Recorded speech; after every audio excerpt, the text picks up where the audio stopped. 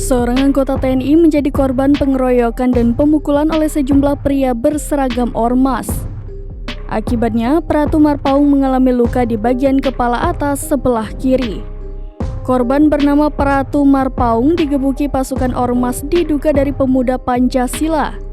Video anggota TNI Pratu Marpaung digebuki pasukan ormas diduga pemuda Pancasila ini kemudian viral di media sosial. Menurut informasi dari akun Instagram @fakta.indo pada Sabtu 5 Agustus 2023 lalu, insiden anggota TNI digebuki ormas ini diduga dari pemuda Pancasila terjadi di depan kantor BCA Semarang pada Kamis 3 Agustus 2023 lalu. Dilansir dari Tribun Jateng, Kapolrestabes Semarang Kombes Irwan Anwar membenarkan informasi adanya keributan tersebut.